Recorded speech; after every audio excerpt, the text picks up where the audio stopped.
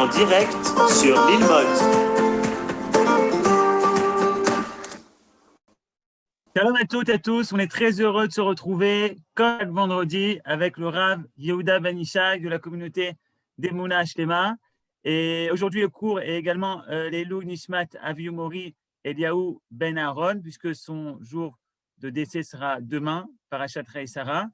Et on est très heureux d'accueillir le Rav Ben Ishai pour développer aujourd'hui autour de cette paracha, de cette ville de Hebron, Bechavod, à Rav Ben Ishai.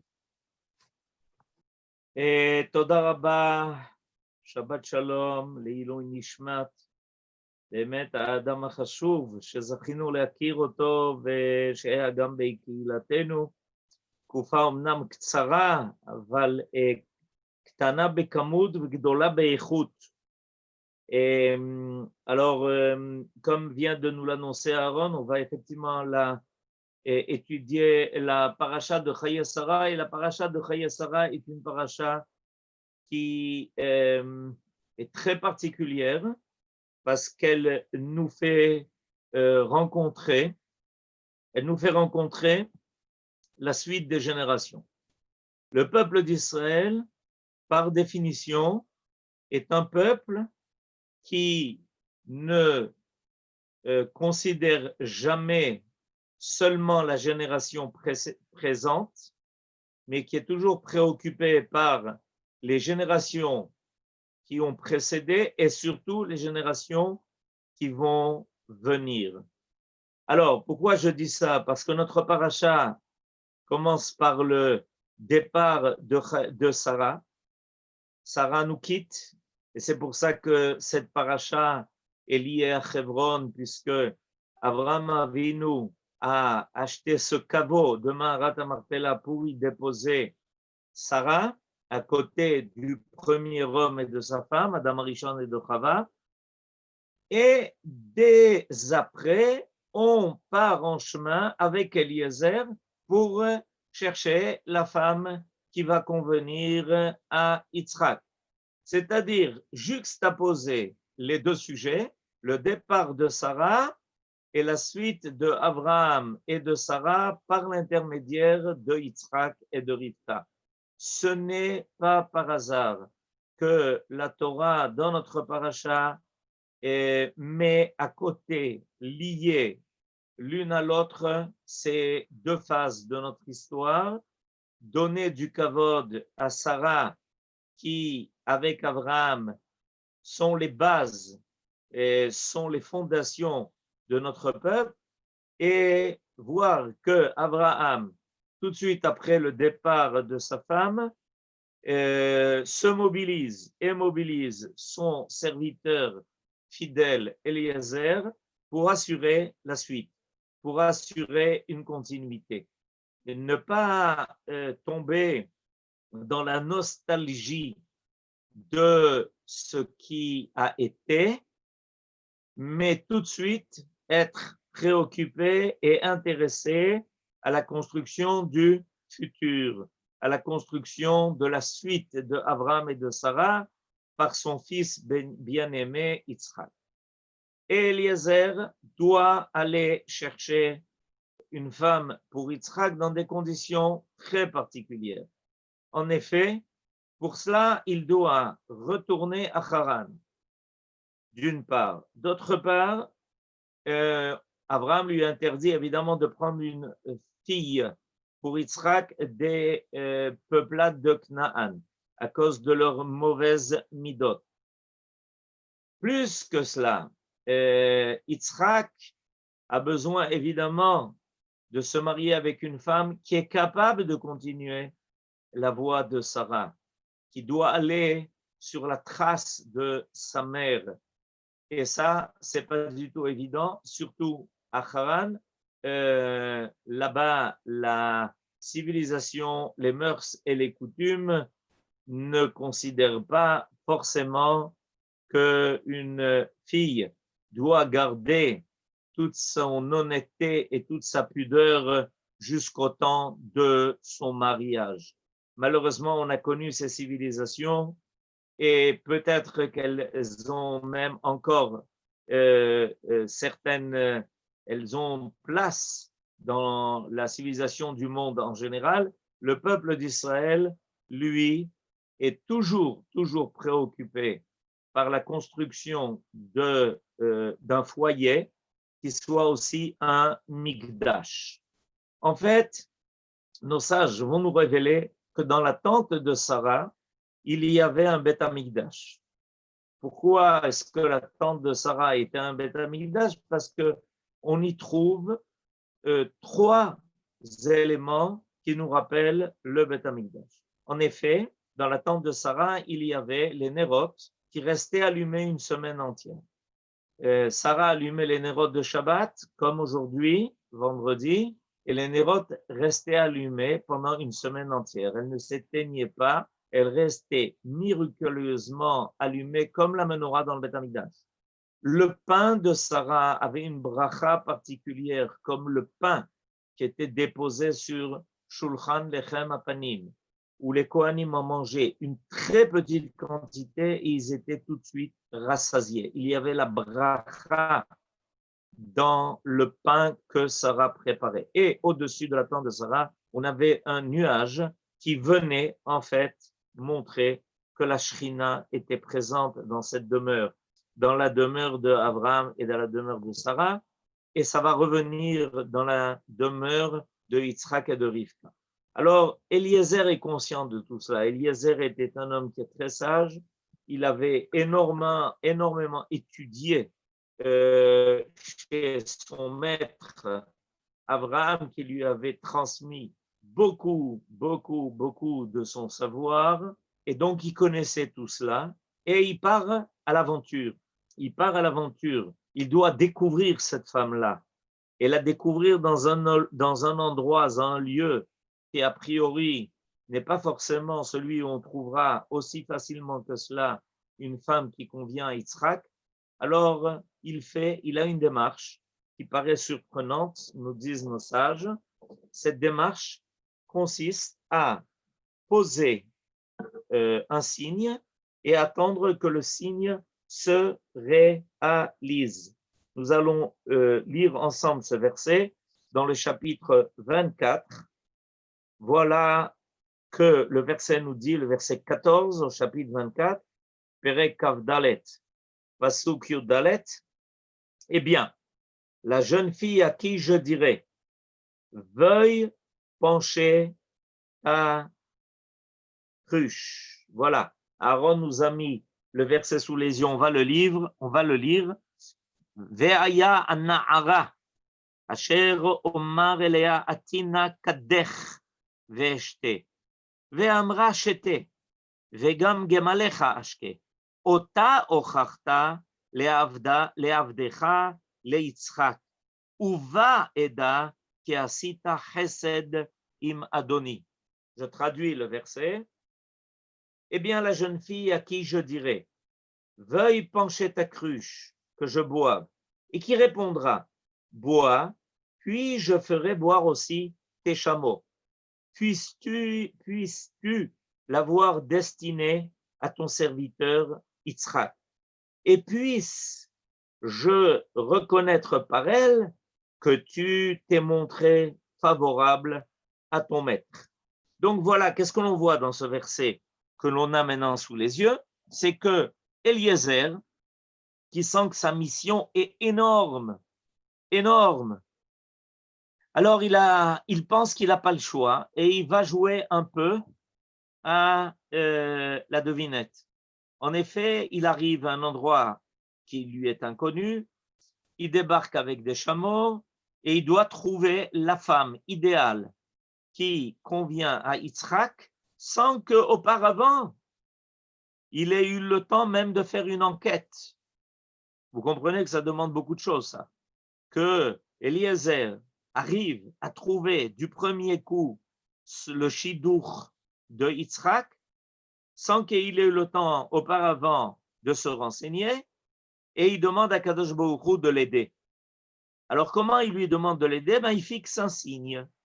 Il fixe quelque chose qui lui servira de révélateur. Est-ce qu'on a le droit de faire cela? Est-ce qu'on a le droit de faire ça? Alors, a priori, ça pose un grave problème. Est-ce qu'on a le droit de se fier à des signes? Voilà que la Torah, dans la paracha de dans le livre de Vaïkra, le Lévitique, dans le chapitre 19, exactement, voilà, quelqu'un est en train de le faire apparaître, on a l'interdiction de se livrer à cela. Dans la paracha de Kedoshim, il est marqué, je vous lis le verset, dans la paracha de Kedoshim, le chapitre 19, verset 26, Lo tenachashu velo te'onenu. Traduction, Lo tenachashu velo te'onenu. Voilà le verset qui nous est donné. Il est marqué, ne vous livrez pas à la divination ni au présage. Alors, la grave question qui s'est posée, évidemment, à nos sages, à nos commentateurs, c'est de savoir comment Eliezer s'est-il permis pour trouver la femme qui convenait à Yitzhak. Donc, il s'agissait de trouver quelque chose de kadosh, puisque on va arriver à des kiddushin. Vous comprenez? C'est ce que, en fait, Eliezer va transmettre à Rivka. Les kiddushin envoyés par Yitzhak. Alors, il le fait dans des conditions qui paraissent tout à fait surprenantes. Il pose une condition a priori, et puis il débarque et il demande que, voilà, Akadosh Baruch Hu lui dit, regarde, la première fille que je vais rencontrer et qui répondra à ma demande de cette façon-là, je saurai que c'est la fille qui correspond à Yitzhak. Alors, nos sages ont posé cette question et se sont demandé comment Eliezer a-t-il pu se permettre de faire une chose pareille? Nos sages, en fait, nous font remarquer que ce n'est pas le seul cas. Ce n'est pas le seul cas et nos sages font remarquer dans le traité de Choulin qu'on a eu aussi d'autres cas comme cela, et le cas qui est rappelé par eux, c'est le cas du fils de Shaoul le roi, qui s'appelait Yehonatan ou Yonatan. Et vous me faites apparaître aussi un autre cas, il est plus problématique. Là-bas, Shaoul a fait quelque chose d'interdit quand il est allé demander à cette sorcière de lui faire monter l'âme de Shmuel. Non, je parle maintenant du cas de son fils, Yonatan. Yonatan a décidé d'attaquer le camp des Philistins qui faisaient de graves problèmes à Israël. À cette époque-là, il y avait une guerre permanente entre Israël et les Plishtim. Et voilà que Yonatan, qui était un gibor, c'était un homme extrêmement vaillant, extrêmement courageux, décide d'attaquer tout seul avec son porteur d'armes. Il décide d'attaquer tout seul le camp des Plishtim. Et alors, évidemment, celui qui l'accompagne lui demande, mais enfin, est-ce qu'on a une chance de pouvoir s'en sortir? Alors, Yonatan lui dit, écoute, je vais fixer un signe. Et en fonction de ce signe, on décidera si Akadosh Baruch Hu est avec nous ou pas. Regarde, quand les Plishtim vont nous découvrir, on va commencer à monter vers eux, à grimper la colline où ils sont là-bas dans ce camp fortifié. Si quand ils nous découvrent, ils nous disent ne bougez pas, on arrive, on veut vérifier qui vous êtes. Ça voudra dire qu'on n'a pas de chance de réussir. Si par contre ils nous disent montez à nous et rapprochez-vous qu'on puisse vérifier si vous êtes des nôtres ou si vous êtes contre nous, alors dans ce cas-là, ça sera le signe. Si les Plishtim nous disent de monter jusqu'à eux, que Dieu est avec nous et qu'il nous donnera réussite. C'est finalement ce qui s'est passé. ce qui s'est passé, c'est que quand les gardes des Plishtim, des Philistins, ont découvert Jonathan et son Nahar, c'est-à-dire son aide de camp, ils leur ont dit « Montez jusqu'à nous ». Et Jonathan a reconnu dans cela le signe qu'il avait fixé. Ils ont attaqué et ils ont eu une victoire extraordinaire. À deux, imaginez-vous un peu, la victoire qui nous rappelle, même à cette époque moderne, nos soldats qui partaient à l'attaque ou qui partent dans des conditions extrêmement difficiles, et Nachon, qui partent dans des conditions extrêmement difficiles et qui réussissent leur mission et qui reviennent sains et saufs. Alors, nos sages nous disent, voilà, comment ils ont pu agir de telle sorte. Comment est-ce qu'ils ont pu se permettre de jouer à la devinette?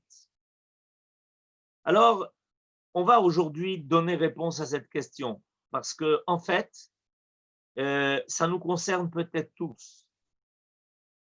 De temps en temps, on se trouve dans un matzav de safek et on aimerait bien avoir un signe qui débloque, qui nous montre la voie à suivre, qui nous donne la réponse et qui nous permet d'avoir la certitude d'agir comme il faut. Et voilà qu'on a deux exemples maintenant, un dans notre paracha, l'exemple de Eliezer, un dans le livre de Shmuel, qui nous parle de ce qu'a fait Jonathan, le fils de Shaoul. Est-ce qu'on a le droit de le faire? Est-ce qu'on a le droit de se fixer un signe et d'attendre la réalisation du signe pour agir? Celui qui va défricher cette sugiya, celui qui va nous montrer les éléments importants à connaître dans de tels cas, va être le Maharal de Prague. Le Maharal de Prague a fait un commentaire sur Rashi. Le commentaire du Maharal sur Rashi s'appelle le commentaire Gur Aryeh. Et il va nous donner les éléments de base qui nous permettront de comprendre pourquoi Eliezer et Jonathan ont agi conformément à la règle et que finalement ils ont été exaucés et que Akadosh Baruch Hu a fait rencontrer à Eliezer la femme idéale qui convenait à Yitzhak et à Jonathan lui a donné le signe de la victoire, ce qui lui a permis de remporter une guerre contre les Plishtim, contre les Philistins. Alors le Gur Aryeh nous donne les éléments suivants. Et aujourd'hui, je voudrais vous faire participer à cela parce que c'est quelque chose dont on peut tirer beaucoup de leçons. Et il dit la chose suivante. Ve'od yesh letaretz. D'Eliezer Eved Avraham, ויונתן בן שאול, בדבר מצווה היו עוסקים. אליעזר עבד אברהם, להשתדל בזיווג נאה ליצחק. ויונתן בן שאול, להציל את ישראל. ומאחר שהיו עוסקים במצווה, אם כן היה דעתם Kadosh Baruch. Le premier élément extrêmement important que nous donne le Gur Aryeh pour la compréhension de cette énigme est que aussi bien Eliezer, le serviteur d'Abraham, que Jonathan, le fils de Shaoul, ont posé un signe pour la réalisation d'une mitzvah. Et cette mitzvah était en fait une mitzvah qui n'était pas quelque chose de personnel dans les deux cas, et était quelque chose qui avait une influence sur toute l'histoire d'Israël. Le premier exemple, c'est Eliezer. Eliezer a bien compris que la mission que lui donnait son maître Abraham était de trouver la femme qui était digne de continuer la lignée de Abraham et de Sarah. Et évidemment, ce n'est pas une chose facile. C'est pour ça qu'en Israël, on est toujours très soucieux du mariage, très soucieux des parties qui vont se réunir pour continuer les générations à venir. J'ai eu cette semaine 2 cas où 2 familles ont eu le mérite de voir que la famille allait se continuer, allait se poursuivre grâce à un des enfants qui avait des petits-enfants. C'est-à-dire que la famille pouvait continuer sa lignée grâce au fait qu'un des descendants de cette famille enfin a eu un enfant qui permettrait de continuer la lignée. C'est quelque chose d'extraordinaire parce qu'il y a ici une ligne qui doit se continuer depuis nos ancêtres, ce qui repose à Hebron, Abraham et Sarah, Yitzhak, Rivka, Yaakov, Léa et Rachel en chemin, et cette lignée ne doit jamais s'arrêter. Parce que quand Akadosh Baruch Hu a fait les promesses, il a fait les promesses à ceux qui seraient les descendants de Abraham, de Yitzhak et de Yaakov et de leurs femmes, Sarah, Rivka, Rachel et Léa, dont les initiales forment le mot Israël. C'est seulement si à la fin des temps, on rencontre les descendants de nos ancêtres que les promesses peuvent se réaliser. C'est pour ça que ceux qui luttent contre nous voudraient arrêter ce processus de la continuité de la descendance qui se fait de père en fils, de mère en fille, et évidemment, si chas v'shalom, il n'y avait pas de continuité dans la lignée de nos ancêtres, de nos pères et de nos mères, il n'y aurait pas avec qui réaliser les promesses qui leur ont été faites. Yitzhak attend qu'on lui amène la femme qui pourra continuer. Eliezer est conscient de la gravité, de la grandeur de cette mission. Maaseh Avot Simanei Banim, vous avez raison.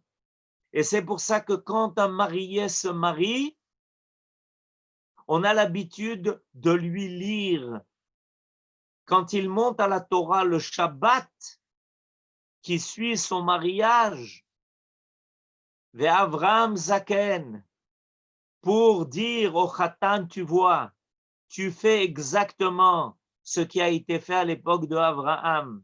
Quand Abraham a envoyé son serviteur Eliezer trouver la femme qui convenait à Yitzhak. Et on espère que toi, Khatan, tu as réussi aussi à fonder une famille qui permettra d'être la continuité de nos ancêtres. Parce que la réalisation des promesses à partir de maintenant passe par toi et ta femme. Et c'est pour ça qu'on va prendre les versets de notre paracha et qu'on va lui lire. Il y avait même une tradition à Tunis de sortir un Sefer Torah particulier pour cela. Ils donnaient une telle importance à ce Mahamad qu'on lisait dans le Sefer Torah les versets de notre paracha. Ve'Avram Zaken Baba Yamin. Eliezer donc demande que Akadosh Baruch Hu intervienne. Il demande l'intervention de Akadosh Baruch Hu pour pouvoir réaliser cette mission. Et donc, étant donné qu'il fait une mitzvah, nous dit le Maharal, c'est comme si Akadosh Baruch Hu lui-même l'envoyait. Eliezer, en s'adressant à Akadosh Baruch Hu et en lui demandant de répondre à sa demande, à son signe, en fait, fait participer Akadosh Baruch Hu à la réalisation de sa mitzvah. Et il en est de même pour Jonathan. le fils de Shaoul, Jonathan, veut partir en combat contre les Plishtim. Il veut donner victoire à Israël. Et il veut le faire au nom de Akadosh Baruch Hu. Et il fixe un signe. Et ce signe-là va en fait associer Akadosh Baruch Hu à l'acte de courage, de bravoure qu'il va faire avec son porteur d'âme. Et il avait cette idée, mais finalement, il s'est mis de côté. Il avait cette idée peut-être de prendre sa fille pour la donner à Yitzhak, mais il a compris que l'histoire d'Israël était bien au-delà de cela. Alors, je reprends cette idée qui est importante que fait apparaître le Maharal. En fixant ces signes-là, en fait, les deux personnes nagent en question, aussi bien Eliezer que Jonathan, ont fait participer à Kadosh Baruch Hu à leur mission. Dans le langage du Gourarié, ou Keilu Amru Beferush, שהקדוש ברוך הוא יראה להם הדרך לבוא לקיים המצווה. La deuxième chose qui est importante, nous dit le Maharal dans cette affaire, c'est qu'il y a eu une ishtadlut, il y a eu de la part de ces deux hommes non pas une attitude passive, mais une attitude active. Eliezer va partir en chemin, il va franchir un long chemin. Eliezer va prier. Et Eliezer fait beaucoup d'efforts pour réaliser sa mission. Il ne se contente pas de demander que les choses viennent à lui. Il va vers la mission qu'il a réalisée. Et il en est de même pour Jonathan. Jonathan se met en danger. Jonathan agit avec courage. Quand on veut que Akadosh Baruch Hu soit présent, ça réclame de notre part de faire tout ce que l'on peut, d'agir, de ne pas être en état de passivité.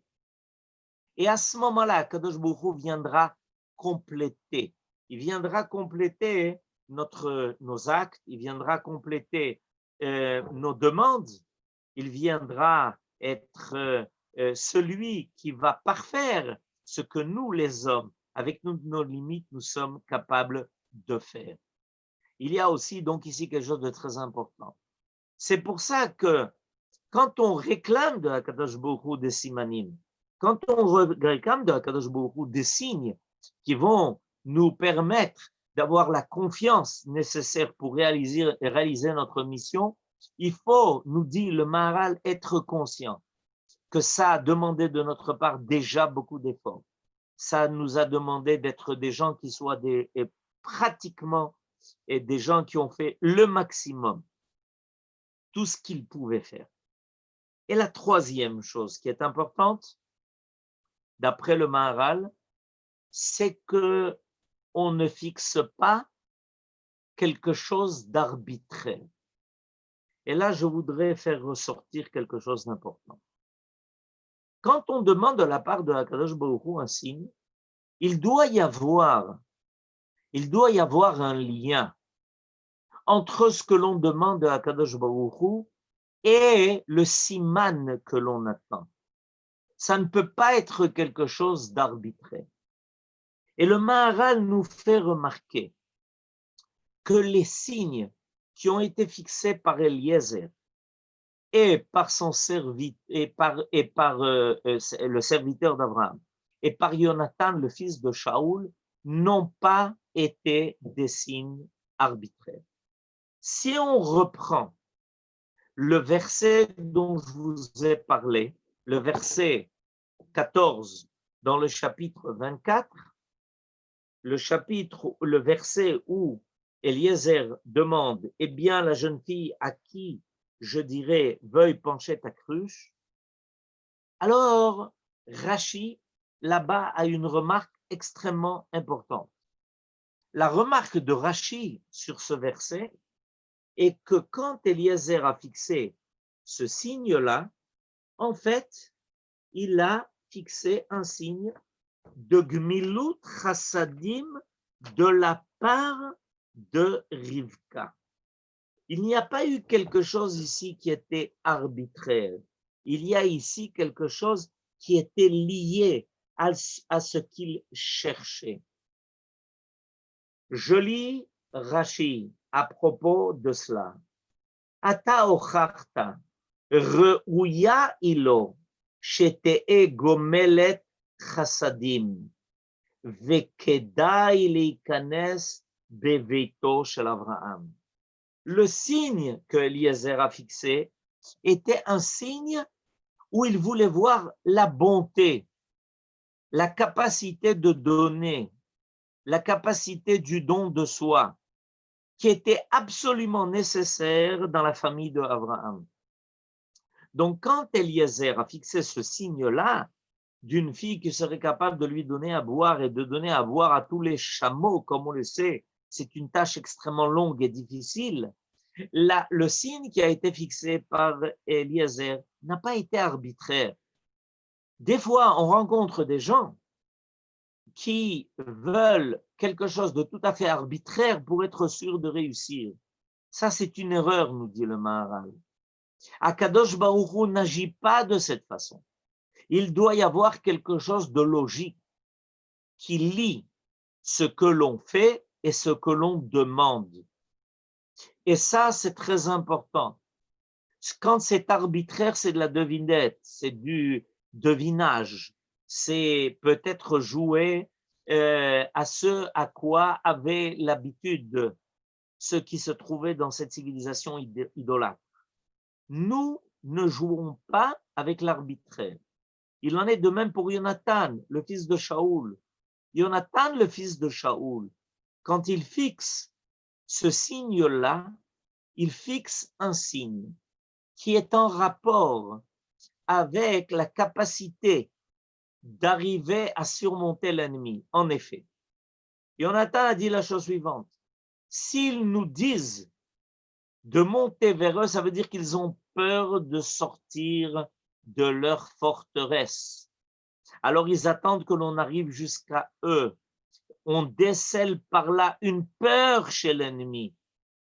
Et ça doit nous donner le courage. Quand on décèle chez l'ennemi des failles, ça nous donne beaucoup de courage pour mener notre combat, notre lutte jusqu'au bout, sans crainte. Et s'ils nous disent qu'ils viendront jusqu'à nous, ça voudra dire qu'en fait, ils n'ont pas peur de sortir de leur forteresse. Et donc, ça sera pour nous dangereux. Donc, nous dit le Maharal, tu vois, dans les deux cas, les signes qui ont été fixés sont en rapport avec ce qui devait être obtenu. Eliezer a fixé le signe pour Rivka, de la femme qu'il devait trouver pour Yitzhak, d'une gmilut chassadim énorme, de lui donner à boire, d'abreuver les chameaux qui, après une traversée de désert, évidemment, étaient très assoiffés. Et Jonathan l'a fait de même dans son combat. Alors, on voit donc qu'il y a ici des éléments de base, et ils sont très importants pour nous, on les résume. Premièrement, la première chose qui est importante, c'est que on ne cherche pas d'intérêt personnel. On agit en fonction d'une mitzvah, d'une mission que l'on a à remplir, à faire. Deuxièmement, que on a fait tout ce que l'on pouvait à notre niveau, qu'on n'est pas resté passif, qu'on a fait une shtadlut jusqu'au bout de ce que l'on était capable de faire, comme Eliezer qui va jusqu'à Haran et Jonathan qui est prêt à se battre. Et troisièmement, que l'on fasse confiance à Akadosh Baruch Hu de nous montrer un chemin par des signes qui ont un rapport étroit avec ce que l'on veut obtenir. Nous espérons qu'Akadosh Baruch Hu nous montre le chemin, qu'il nous donne les signes nécessaires pour réaliser sa volonté et que Bezrat Hashem, Il nous aide et nous accompagne dans toutes les missions que nous avons à faire. Amen. Ken Yehi Ratzon. Shabbat Shalom. Et je vous dis en même temps, Chodesh Tov, puisque la semaine qui vient, le mardi, nous avons Rosh Chodesh qui se lève et qu'on va évidemment aborder le mois de Hanouka. Et dans le cas du mois de Hanouka, tout ce dont on a parlé aujourd'hui va se réaliser, puisque les Hashmonaïm ont été ceux qui ont été prêts à agir jusqu'au bout et qui finalement ont reçu de la Kadosh Baruch Hu la confirmation qu'ils avaient fait ce qu'il fallait, puisque les Nérotes vont apparaître et durer 8 jours d'affilée. Shabbat Shalom, Chodesh Tov, à bientôt pour tout le monde.